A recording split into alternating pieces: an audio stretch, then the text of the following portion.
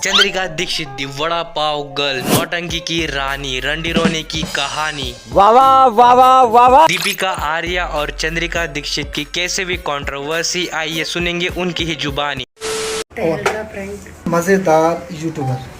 तो ये सब मैटर स्टार्ट होता है गाइस अरमान से। अब जिन्हें नहीं पता है अरमान कौन है तो बता दूं, ये वही है जो 2 बीवियां रखने के लिए फेमस है, वही है जिस पर 11 साल की बच्ची का रेप केस पेंडिंग है और इतने सारे चीजें होने के बाद भी खुले सांड की तरह पब्लिक में घूम रहा है। इवन इसको बिग बॉस में रियलिटी शो में भी बुलाया गया था भाई, वहाँ पर जाकर कंटेस्टेंट बनकर पैसा छाप रहा है। इवन इसको जेल में होना चाहिए। और चंद्रिका दीक्षित से भी पूछा गया था कि 11 साल के बच्ची के रेप करने के बाद मतलब अरमान ने जो रेप किया है उस पर आपका क्या कहना है, तो वो सीधा सीधा बोली, क्या बोली उसको भी खुद को भी नहीं पता। अरमान के ऊपर एक 11 साल की बच्ची का रेप का केस है और ये ऑनलाइन प्रूफ के साथ है। ऐसा नहीं है कि हमने प्रूफ के साथ है बिल्कुल। तो उस इंसान को फिर जीने का हक भी नहीं है, क्योंकि उसके घर खुद एक बेटी पैदा हुई है तूबा।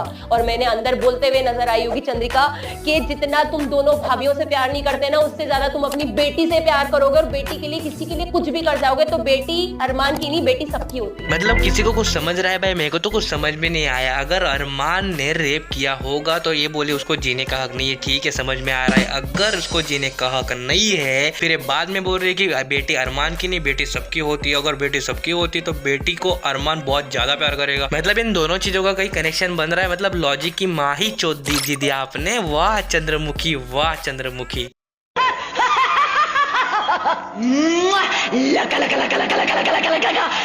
तो गाइस अब बात करते हैं मेन इंपॉर्टेंट मैटर की, जो है दीपिका आर्या वर्सेस चंद्रिका दीक्षित यानी कि चंद्रमुखी। वाह वाह। सीन क्या था ना गाइस, ये जो अरमान मलिक है यानी कि रेपिस्ट, उसने रील बनाने का सोचा वड़ा पाव गर्ल के साथ और उसको कुछ उठपटांग क्वेश्चन पूछे। उसी का आंसर देते हुए उसने एक क्वेश्चन पूछा था, किसने? अरमान मलिक द रेपिस्ट ने। वाह क्या मुस्कुराहट है, जैसे मुंह में लिया हो आज ही।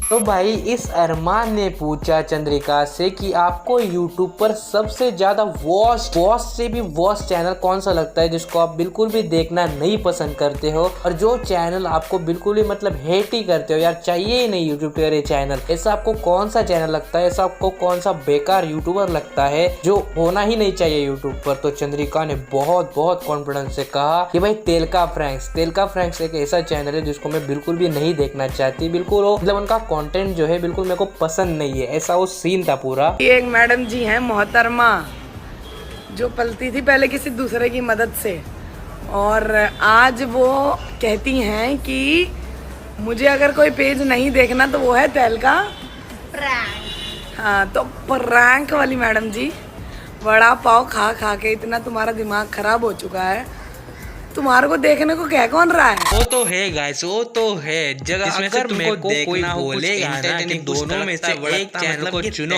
ऑमलेट जैसा, तो मैं दोनों को ही रिजेक्ट कर दूंगा भाई, क्योंकि दोनों का ही डाउनफॉल चल रहा है। मतलब वो वड़ा पाव वाली गर्ल थोड़ी है हाइप में बिग बॉस में जाने के बाद, लेकिन तहलका भाई तो है ही ना डाउनफॉल में, तो क्या ही दिक्कत है भाई? किसको देखो नहीं देखो, मुझे सब्सक्राइब करो भाई।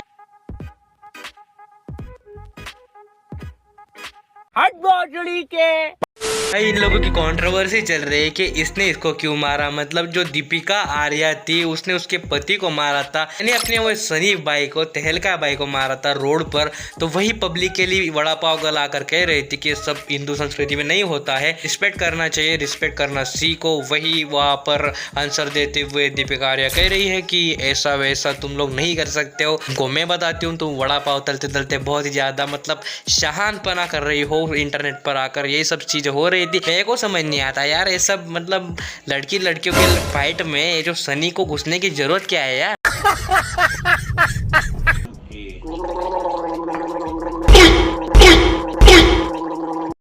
तो गाइस बहुत ज्यादा इंपॉर्टेंट बात बोलने जा रहा हूँ मैं अभी, ध्यान देना थोड़ा। मतलब कि वो जो कोलकाता में जो रेप कांड हुआ है उसके ऊपर थोड़ा मतलब नाराज हूँ यार मैं। इतना कुछ हो गया, इतनी क्रूरता के साथ वहाँ पर मर्डर हुआ, लेकिन सिस्टम ने कुछ भी नहीं किया। मतलब लिटरली यार उनके जो डॉक्टर थे उनके प्राइवेट पार्ट में 151 ml तक स्पर्म मिला था। मतलब अगर मैं कहूँ तो एक बंदे से ये इम्पॉसिबल है। ये तकरीबन 10 से 15 लोगों का काम है, लेकिन अरेस्ट सिर्फ एक को किया है जिसका नाम है संजय रॉय, और उसको भी कस्टडी में लिया गया है। बल्कि उसके ऊपर एक स्ट्रिक्ट एक्शन होना चाहिए था, लेकिन कुछ नहीं हुआ उसके साथ। अब भी वो फ्रीली घूम ही रहा है, ऐसा समझ लो आप लोग। उसको मरना चाहिए था, लेकिन वो जिंदा है अभी तक। इस वीडियो को लाइक मत करो, चैनल को सब्सक्राइब मत करो, but don't forget justice for sister.